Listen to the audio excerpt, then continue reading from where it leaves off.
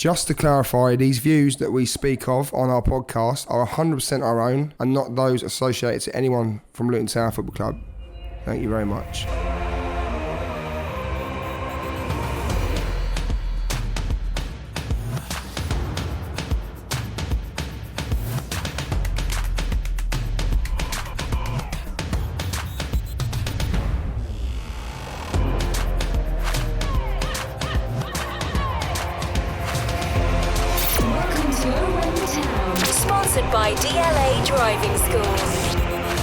Hello and welcome to Owen the Town, and here's what's coming up today.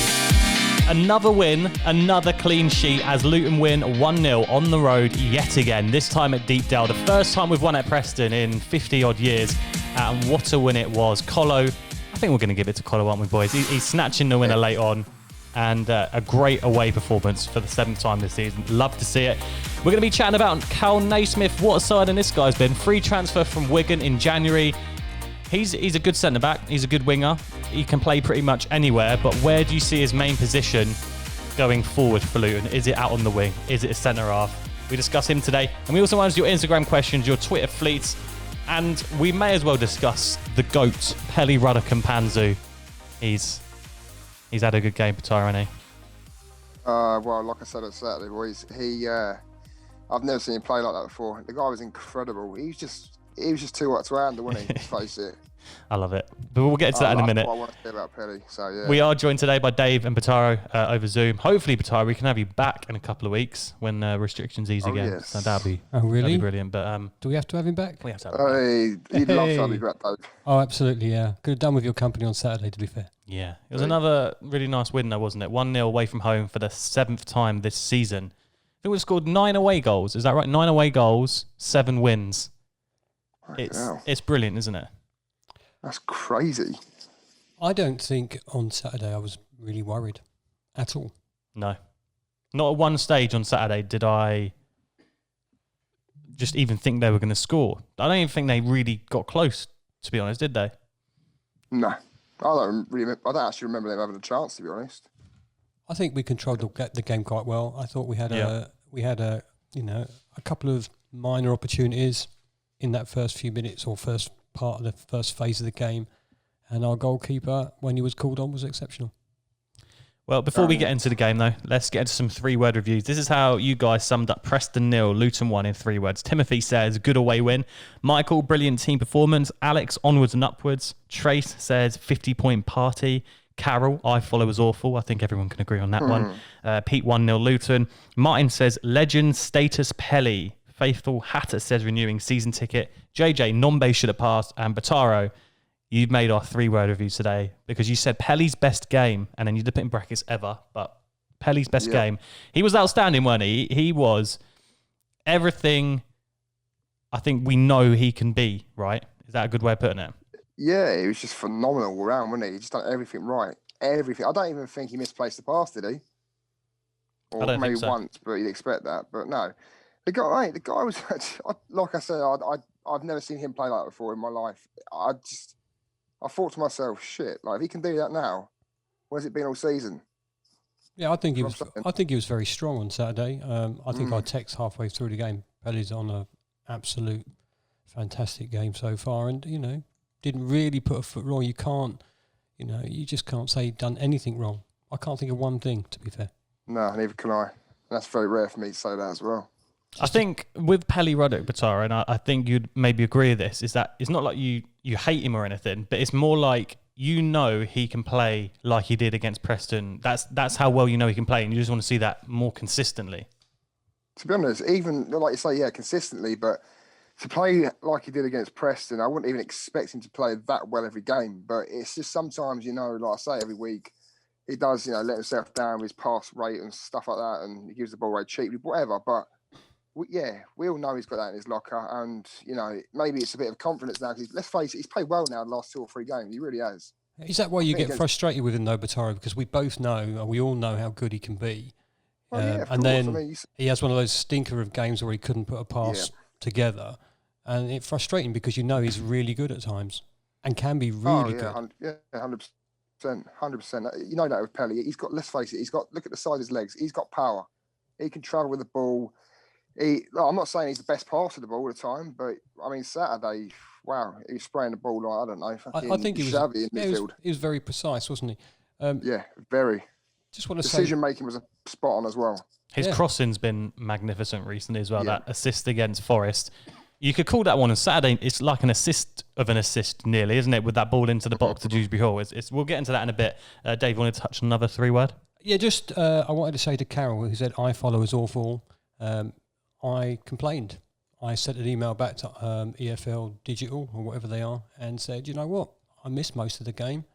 Actually, I didn't, but most of it, most of the first half was hard to get on, and I've had my fee refunded. So email I follow, might get your money back. Yeah, email. I'll be doing that as well then, because they were shocking. They were terrible. Well, once we managed to get iFollow working, we all got to sit down and watch Luton go to another 1-0 away win.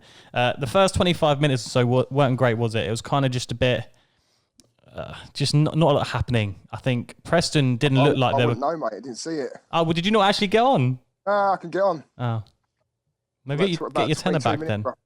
Oh, mate, well, fortunately, it wasn't actually mine, it's my dad's, but yeah, you have to do that, wouldn't he? Dad, if you're listening, get your money back. I would say that, we were okay in the game.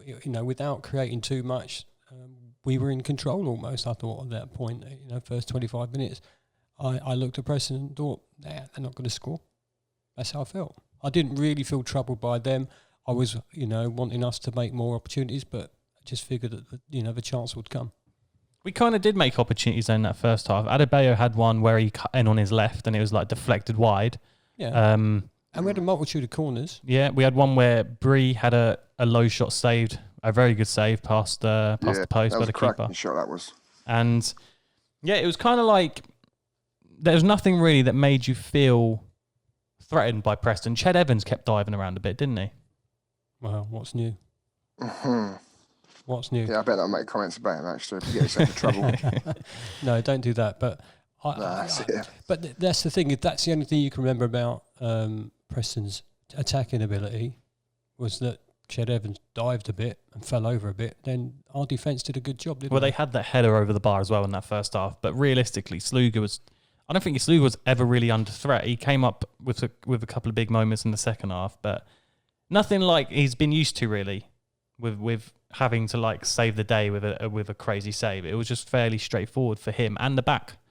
Well, back four, whatever it was. A strong back line, and we've already touched on it, a really good midfield playing at the best level. And if they stop him in the midfield or defence, then the keeper don't get much to do, does he? Take a few goal kicks. About it. That's it. I was really confident. It's one of the most confident games I've been this season, really. I just didn't think... I'll be honest, I even had a smile on my face. I wasn't even panicking in the second half when it was like, 30 minutes to go. I thought, 0-0, we'll still grab a goal here. I think you texted me, didn't you, Dave, at one point saying, we should be up here. I'm confident to do this and that. I thought, yeah, do you know what? I'm confident as well, because it was like that. Didn't want to, jinx it and whatever, but fortunately it came good. Got the rub of the green and... I suppose the only worry that you get there is that you've been watching the game, you understand that we've been in control of it, and they get one chance and score. And in past seasons that happened to us, and even this season. And the big but was I didn't think they were going to score, so I wasn't too worried. What I was thinking was if we can make some subs and push on, I was thinking if we can bring on, and I thought this before them, I was like Ince or Luar, or I didn't even know if he was on the bench, but I just wanted more attacking subs to come on and really like kind of go for it. And I felt like in that second half, we kind of did go for it, didn't we? So Ince, Nombe and Collins all came on. And to be fair to Tom Ince, I thought he did all right at the weekend. I didn't really think he did. Do you know what I think? I thought he lost the ball a couple of times straight away. But no, look, I'm not going to get on Ince's back. I don't really think he's done anything since come in. He hasn't really played anything either, so I can't really judge him on that. But look, maybe his movement. Maybe I didn't see his movement enough. But I don't really think he did much, to be honest. And what minute did he come on in? Towards the end, wasn't it? It was like half an hour left to go. 25 or so, yeah. I know he did lose the ball a couple of times, but I also recall like that shot he had from the edge of the box, the one that he kind of like mishit and it fell to Collins. That I feel like that was a moment of class from Ince. Yeah, that was him, wasn't it? Yeah. That is what he brings to the squad, is that like composure. I know he really messed the shot, But in the end, that could have been a nice little assist for Collins. But it's kind of like that split second of quality that if he could have just hit it correctly, it's a game changer. And I was, I don't mind bringing on an attacker that's prepared to take on a defender, especially when you want to take the game to an opposition. Having someone like Cornick or Ince or even like Jordan Clark from left wing back, he's so positive. Adebayo is so positive taking on players, and that's what you want in that last half an hour when you're taking the game to the opposition. Talking to Jordan Clark, we need to give him more of a mention soon as well, because that guy is phenomenal, mate. He has put in shift upon shift in the last however many games. The guy is incredible. You talk about consistency at the beginning of this podcast. Now, I think Jordan Clark is a definition of consistency. Yeah. At left wing back as well, let's not forget. Oh, mate, he's phenomenal. He plays left wing back, right wing back, left mid, right mid. The guy's unreal. Oh, I love him. I kind of like the depth of our squad at the moment, the strength and the depth of our squad when you can bring on players like Ince and they come on. I actually thought he did all right. I didn't have any issues with him at all, really. So he didn't shoot on target there, but he created the targets. He created the shot, didn't he? And and his distribution is good when he gets it, and he's a class player. So it's nice to have him. And going back onto consistency and Jordan Clark, if you had to pick a player of the season so far, do you reckon he'd be up there for like an underrated pick of like 5? If you had why wouldn't he? I mean, mate, he's played out of position pretty much most of the season, so why wouldn't he be? And done a good shift as well, done a good job, sorry. So, yeah, why wouldn't he be up there? I mean, there's a couple in there, 2 or 3 floating about for me, but... I'd be interested to hear, I don't know if you guys have one on the top of your head, but who would be your player of the season be so far? Would it be Dewsbury Hall? See, I think Dewsbury Hall played really, really well when he first started out, and I think everybody's sort of benefited from playing alongside him, so Dewsbury Hall would be a candidate, but for me, it could easily be Jordan Clark. Easily. You know I'm going to pick, didn't you? Sluga? Yeah. Sonny, mate. Sonny. But the thing is, it's been such a good team performance all round this season that it's difficult, and why not? It's great to be in that position. I've been massively impressed with most of the team as well. They've all been brilliant, to be honest. To be fair, I think they've all had their moments or their games, like their select games where they play well. But yeah, I'll say Dewsbury Hall, since we've had him, he's probably looked like the most effective player, I'd say. I suspect that a few of the supporters groups would vote for him. I'll tell you what we'll do. Producer Jacob listens to this all the time. So Producer Jacob, go on Twitter, put a poll out, and I reckon the responses to this are going to be so varied. I think so many people are going to say Pelly. People are going to say Pelly. People are going to say Bradley, Lockyer, Sluga. Lockyer people, as well. There's loads of options in there. People will say Dewsbury Hall. People might say Cornick. I'm interested. Who's your player of the season so far for Luton? I'm going to say Dewsbury Hall for me, but yeah, I'm interested. Go on Twitter, Facebook, Instagram, leave your comments.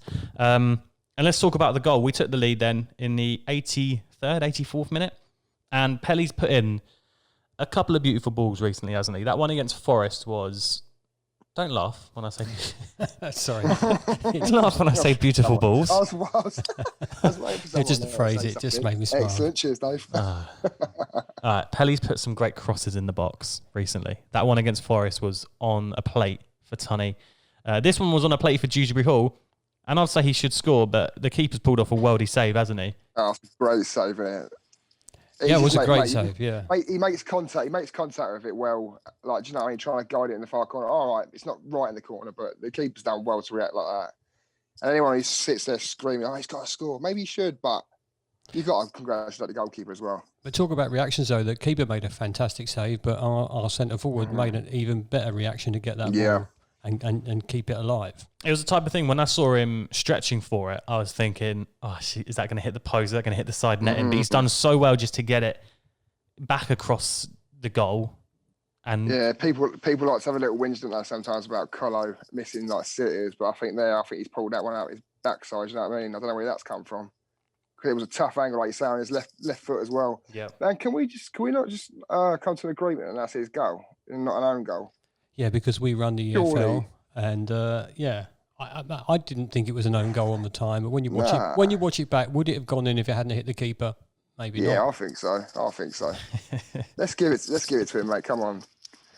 I think it's. I think you give him all the credit for it, but I think he just deserves it for making it hit the keeper because Yeah. Yeah, I look at it and it's his goal really, but officially it's Yeah, not. it's gotta be. Officially it's not, is it? So we know how it goes. Doesn't matter. It's a goal. And going 1-0 up in the last 10 minutes is a nice feeling away from home, isn't it? It's just that that Bournemouth game. I know it wasn't quite that late, but it was just like satisfying and deserved. What, Yeah. the weekend? Oh, On massively. Saturday? Absolutely deserved. 100% deserved.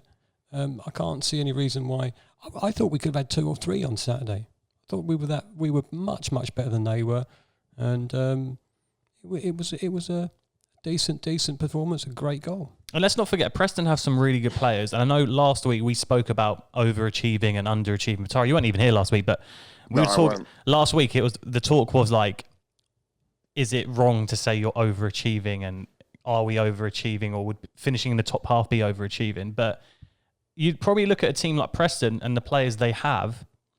They wouldn't expect this season to be where they are in the table, would they?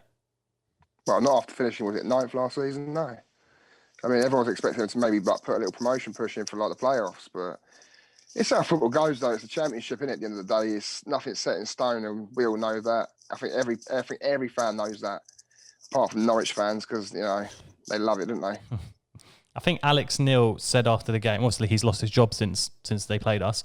I think after the game, I saw this on Twitter today, that he said he didn't even know his strongest team. And you think like, he was like, I just don't know who's in my strongest 11, which I guess is a bit of a problem when you're manager of a football team, that you're sitting there going, I've run out of ideas. I have no idea what to do anymore. Had he just given up? He's just given up. I think so. At that point. And he knew what was coming. They always talk about the dressing room and, has he lost it, but the fans knew he wasn't going to survive. The press knew he wasn't going to survive. The Preston fans after the weekend, there was no teams like Luton. It was just get our manager out. He's not up for it. Exactly. But if everybody knew it, then he would have known it. He would have known that if they hadn't have beaten us, then it was curtains. And if it wasn't curtains this week, it'd have been next week when he lost the following week. So, sad that someone loses their job, but happy that we got the 3 points. And we got to talk about the chance Nombe had at the end. We did put a little tweet out today. Just I wanted to know people's opinions in that position. Do you think you should shoot? Do you think you should pass? Because at the time when Pele originally, by the way, what a ball from Pele. When he originally played that ball, I was sat there screaming for him to. I was like, he's got to pass it. He's got to pass it.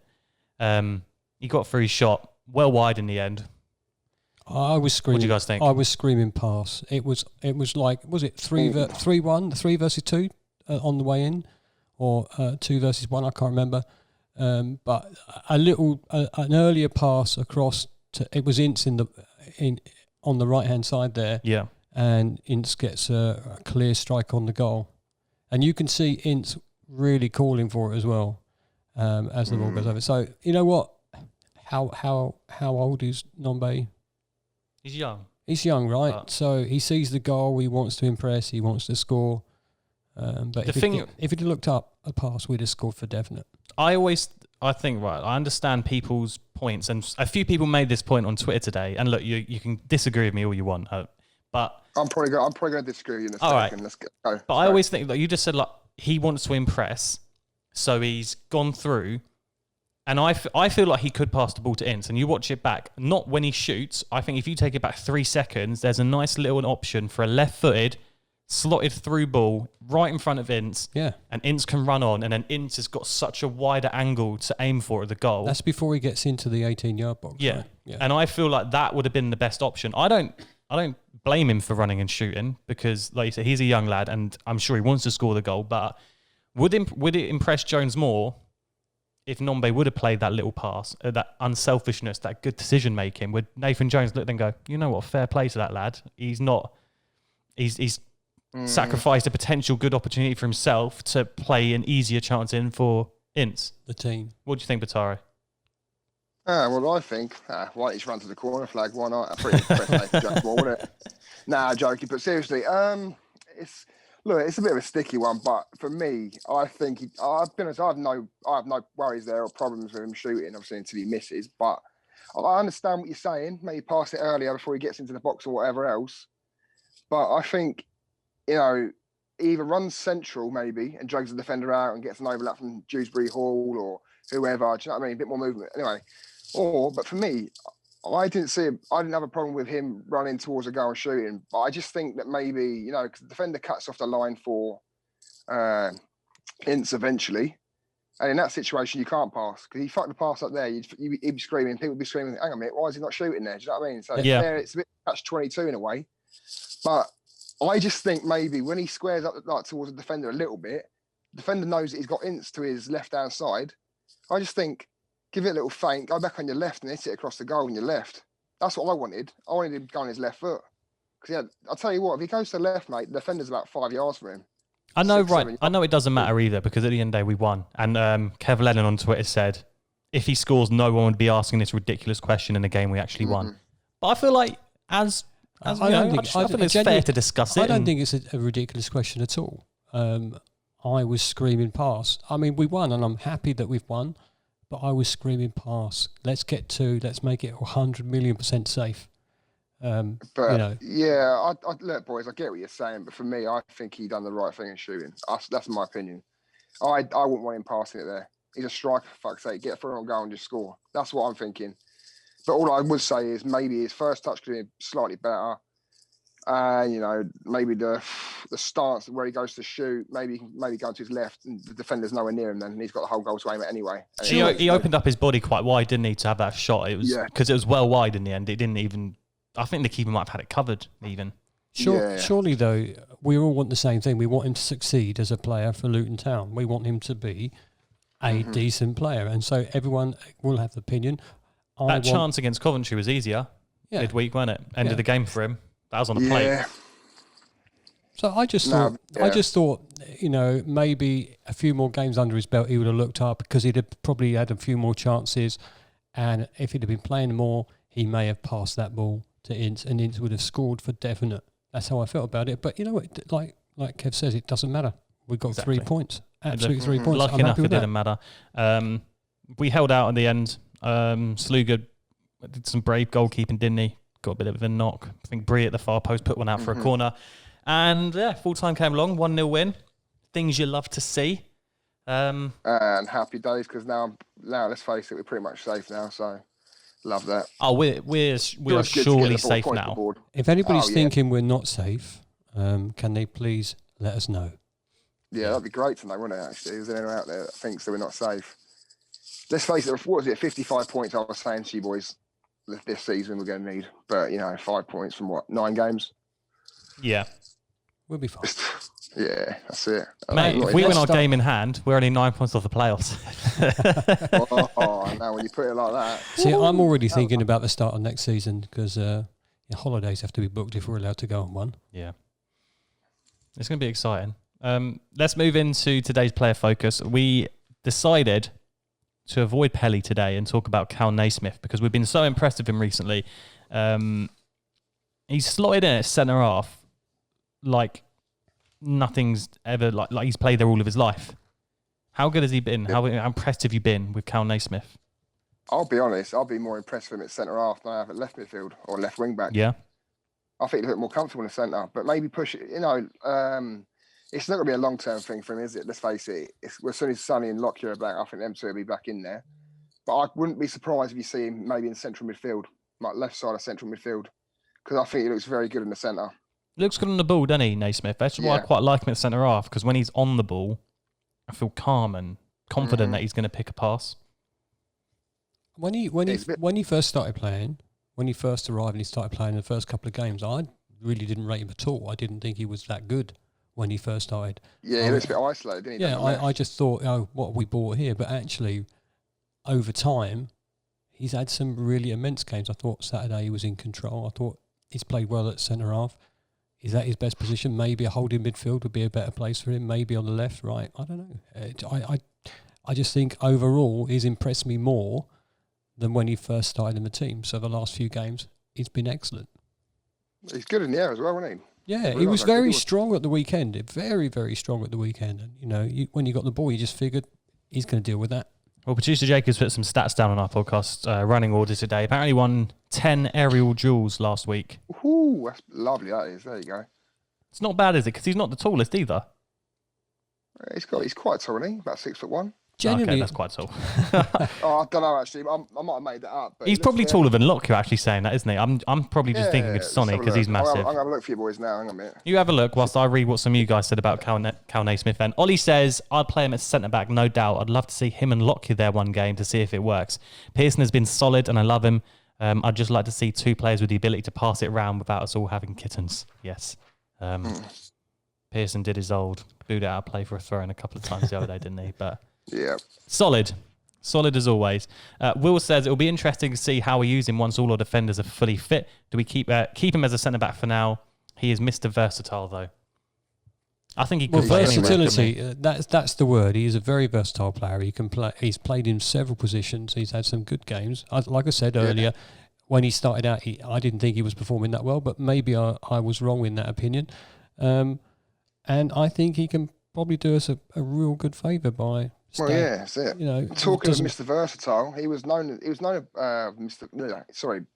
that name at Wigan, wasn't he? Or Portsmouth. He played in every position, or something like that. I'm a goalkeeper. He's doing a great job where he's been asked to play. And, even that's Nathan good. Jones said it, didn't he? When he first came, he said, I could play pretty much anywhere. Oh, yeah, lads. 6'1". There you go. Okay, so he's quite tall then. Forget it. Yeah. It's fairly tall. Not as tall as me, though, but yeah, fairly tall. I know you said you didn't really rate Naismith when he first came in, but I thought when he first came in and played on that left-hand side, I thought he was showing a bit of quality. And like I've said, on the ball, and potentially his final ball, for me, it was better than someone like Luar. I just felt at the time he was a little less strong than I wanted him to be. I thought he put a few passes astray, and I was thinking, why have we bought this guy? But I hold my hand up and say I was wrong. He's played really well. I thought he looked a bit nervous, to be honest, when he first came in. And he was he one of his first games was against Chelsea as well. Bournemouth away, I think, was his debut, weren't it? We signed him the day before. He came on in the first half as well. Yeah, and the thing is, with that, just after transfer, and he gets chucked into the team, he hasn't really played with them. And, I didn't think he was fantastic, but he did a job. Callum says, I wasn't his biggest fan when he came in, but him being a centre-back, we've seen a different side to him. Long may it continue. Yeah. Well, look, I like I say, I hold my hand up and say I didn't think he was great when he came in, Callum. I agree with you, but you know what? These last few games, I think he's been brilliant. Yeah, I do like Naismith, to be honest. When we signed him for a free agent, I've done this. I was over the moon with that because I remember at Wigan, and obviously one of our friends is a Portsmouth fan. Unfortunately, yeah, we are friends with him, believe it or not. And even he said he was back in League Two or whatever it was. He was Portsmouth's best player of the season or something like that. Yeah. So yeah, and obviously we've seen him play a few times for Wigan as well, but he did look good. He was solid, and all their fans liked him. So we knew we had a half decent player there somewhere. It's just coming out your show a little bit sometimes, isn't it? Andy Burgess, he left us a comment this week. We need to get back on the podcast because he was great last time. But he said he's 100% not a centre-back. He's done really well, but at key moments, he's shown himself to be what he is, a square peg in a round hole. Brilliant cover for Sonny, but needs to be used higher up the pitch. Yeah. Oh, a bit like what I said, is that? Yeah? No. I'm joking. Yeah, like I said, actually, no, let's ask Andy. Do you think he could do a job in midfield, of a central midfield? That's one for you, Andy. That's one for producer Jacob to tweet out to Andy then. Clip this, put it out. Probably could do a job in centre midfield, to be fair. He's very good on the ball. And Sam says, he's been class over the last few games. I'd like to see him in a left side of a back three with Bradley and Lockyer on the right. However, if we move to a back four, I can't see Bradley getting in. He was in poor form before injury. Oh, that face. Yeah. You see that face he's just made? Okay, go for it. Go for it, Batari. Well, I don't really understand that one, but fair enough. Each to their own. Does Sonny get back in your back four when he's fit, mate? Oh, of course he does, mate. He gets into fucking every single bottom half club in the Championship's back four. I don't even understand that one. I think maybe I'm just biased, but the guy, I don't know, man. Yeah, fair enough. Go on, Dave. I would just say we're quite lucky that we can have this debate about whether one of your favourite players or our favourite players can get back in a team after injury. I think that's great. If we've got we've got a few quality defenders that we can use. If so, I think Sonny gets back in the team. To be honest, I'm trying to think of Sonny's poor form because I don't actually recall him actually playing bad before his injury. And when he was playing, if he did look a bit, not as good as usual, maybe because he sets himself at higher standards, and we used to Sonny being that man at the back that's just calm and collected. And do you wait? And also another thing, he was actually injured for a few games previous to that. Nathan Jones even said it. So at least he was playing through the pain. So if people did think he was a bit off, maybe that was the reasoning. Do you make it for him? That's what I'm saying. As soon as he's fit, do you automatically select him, or do you wait for someone else to make a big balls up and then get him back in? I think he's bring your him captain, back in. isn't he? Yeah, you get him back Got in the team. Back in. And then you adjust the people around him. Well, I mean, people moan about Pearson. Would you rather have Pearson in the team than over Sonny Bradley? Or I don't know. No. But, well, there we go. Well, we'll see. Hopefully he's back before the end of the season. I think Jones said something about him not being back for international break or something. So I guess we shall wait and see. Let's get into some Instagram questions and some Twitter questions today. Jamie says, where do we need to strengthen to progress? Oh, that's kind of difficult, isn't it? At the moment, nowhere. I don't think at the moment. No, sorry, go on, Dave. No, I think that's a hard question because the team has performed pretty well. It would be nice to have that. I think we've recently purchased a really decent striker. Yes. Maybe one other of those. That would be nice if they can. I think maybe a number 10, maybe like a real good number 10. That'd be nice. What I think we're going to need to do in the summer is find someone who can take Dewsbury Hall's spot, but someone who's our player. Let's go sign like that Twine from Swindon, and let's really like. It's kind of like what Nathan Jones done with Jordan Clark, or we didn't re-sign Izzy Brown last season at the end or start of this season, but he went out and he found an upgrade on Izzy Brown, who's obviously it's going to be hard to find an upgrade on Dewsbury Hall, but you could maybe find someone who can still fit and do everything he does as a player, but is actually our player, and we can develop to make him as good as Dewsbury Hall is going to be. You do forget sometimes when you're watching that Dewsbury Hall isn't our player. It's sad, isn't it? It's very sad. Yeah. So, maybe we want someone like him, or someone we can develop into someone like him. So I'd go with that for definite.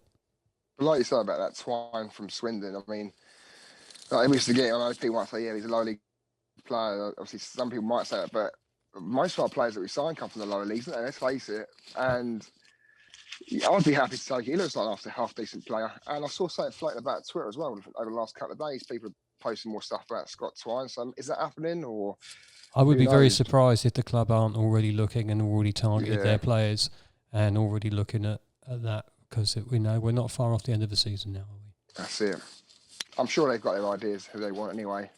Just about going to get them now. But now I'm sure, look, whoever we recruit will have, the most faith in whoever's doing it, because look, when really do we sign any bad players? Apart from what's his name, Jervis. I'd go get Marcus Force on a season-long loan from Brentford. Of course you would, because you're fucking loving Brentford, mate. Yeah. Honestly, I watch him come on, and I think this guy's a good player. If he had game time, I'd like loan him to Luton. Would he come to Luton though? Would he? Does he not get into Brentford's team? Not starting 11. Yeah, I know, but he's on the bench as well. They like to bring him off the bench, they not? And he's good cover. Yeah, but imagine a full season of him and Adebayo up front. I reckon that'd be an all right loan signing. You know about Force, the one that went to AFC Wimbledon, wasn't it? Was that him? Yeah. Yeah, he looks like a good striker of the ball. But like you say, but it's all about obviously Brentford and any team really, where they want to get rid of a player that is on the fringe or up and coming. Because let's face it, he is. But look, we never know who we're going to get. I think that's the beauty about it, really. Isn't it? We never know who we're going to sign. We get linked with so many players in the summer. And it's a random innit? Yeah, then we go and get like some mad player we've never even heard of, or go, hang on a minute, oh, that guy, oh yeah, I've never seen him play before. Exactly. He comes tops, do you know what I mean? So I guess the main thing is that we trust the manager, we trust the board to get everything right, because the last two transfer windows, you have to say, have been pretty spot on. You can't really complain. And maybe that we didn't sign a striker last summer, but this window in the winter, signing Adebayo and Ints and stuff, and you can't really complain at all. That's it. Exactly that. Chris says, do you see Nombe being made a permanent signing? Yeah, I do. Honestly, I do. Because I think he had something different. Obviously, I know people say, "Oh, yeah, he's not that good," or Jones slated him in training, he might be going back, maybe. But he brings something different. He's pacey. Do you know what I mean? He wants to run at people as well, and I think we can play him on the wing. So he's an option for across the front three. So I'd definitely say that he's worth looking at if he's not going to cost us too much or whatever else. So yeah, definitely. I think that's the big thing. Depends on the fee. That's what I would say. If they can negotiate the right fee, then why not give him a chance? He's young. Develop him a bit further. That's it. He might be. He might be that player. We don't want him going back to Wimbledon scoring 20. MK. That's bad, isn't it? We don't want to go back to MK next season scoring like 20 goals and getting them into the playoffs because, well, I'd rather see fucking. Yeah, I'm not going to say it, but yeah. I think he's got a great opportunity at our club, and if he's putting in the effort, because a couple of weeks ago Nathan was saying he's not doing enough, but if he's putting in the effort and he produces some changes in his game, well, why not? Why not keep him? Well, that's the thing, isn't it? Us as fans, we only see the games. So if Nathan Jones is in training and going, he needs to do more. Let's just hope he's doing more, because from what we've seen for him at the weekend, he could have scored. Last week against Coventry, he could have scored. He's had 2 good chances, and he will tuck one away. And maybe that's what he needs, is just that goal to get his confidence going. So, do you think though that the manager would have put him on at the weekend if he didn't think he was capable or he wasn't doing enough? I don't know. So no, exactly. Exactly. I think he's a good punt to have. And you know what? And if at the end of the day, if we sign him and he's not playing so well, you can loan him out. Yeah, and also another thing as well, he's hardly played any football this season. Exactly. As well. He's hardly played. Do you know what I mean? He's not really played any minutes. I think I can recall him probably come off the bench 5-6 times a season. Yeah, and most of them were like up or whatever. I don't know, but yeah. Yeah, not for long. But Saturday he had a bit of time, and nearly scored the goal. Tom says, "What's the situation with Ewan O'Kane? I can't see this guy getting anywhere near our team." Oh shit! Yeah, I forgot about that bloke. Well, there you go. O'Kane, where is he? He's still injured. He's still injured. No, he's still injured. Oh my good God! So why do we even fucking take him on then? It's a strange one. That don't get it wrong. I think everyone knows Ewan O'Kane is a decent player, but is he going to be the same player after being out for a year or so? More than that, mate. It's been 2 years. He's been out. Really? Wow. Because he's still out with the injury he got with us, wasn't he? Or did he come back and get injured again? Do you know what? I think you might be right. I think that might be the same injury. It might have had complications, but that's what I mean. It's a weird one, isn't it? Yeah, that's very strange. Yeah, I completely forgot about you and O'Kane as well. When you're working on a tight budget, just getting, and I mean this in the nicest way, just asking that player to move on frees up money for someone else. So. Surely he's not on an expensive. He's on loan at the moment, isn't he? But I think it was like a 2-year loan or something. So clearly, when his contract ends, we'll be able to have the option to sign him for free. Maybe it'll be one of them things that if he is fit when he's free, he might be worth a shot. But then again, maybe it's just time to move on. But then we might have progressed more than he would help us. When we signed him first, he might look like a good acquisition, but time will tell. Now maybe we've sort of outgrown it. Do you know what I mean? Outgrown him. Yeah, I think that's fair. He might not be as good as we think, or what we have now. So. It's a tough one, but see what happens with that. But Tari, you'll like this question we got. Go on, then. Benji says, "Do we need to go and do a go?" Okay, let me start that one again. Benji says, "Do we need to start a GoFundMe account for Bataro's tattoo?" Well, you can do, mate. Yeah, if you want to. If people keep asking about it, all right. I've explained this a couple of times now. It's going to happen, but I need to get it done with someone who I trust, and I have to go and get it abroad. Basically, it's my friend's dad, and he's doing it for me. I know he's finishing this work off as well on my arm, but lovely. It's going to happen, but there's a lot of restrictions, and I can't get it done at the moment because, believe it or not, I didn't want to get it done, but I said it, so it's going to happen. Trust me. But by all means, go get a GoFundMe page. That'd be even better because.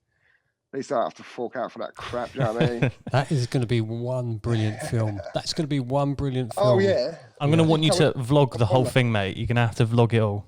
Yeah, no, what me crying with Nathan Jones' face on me. Yeah. That's it. I believe you, though. I believe you. Mate, it's happening. I'm telling you now, it's happening. I know Dwayne kept saying a few times, "Oh, don't do it." You know what I mean? People forget about it, but no, it's clearly happening. not. It's definitely happening.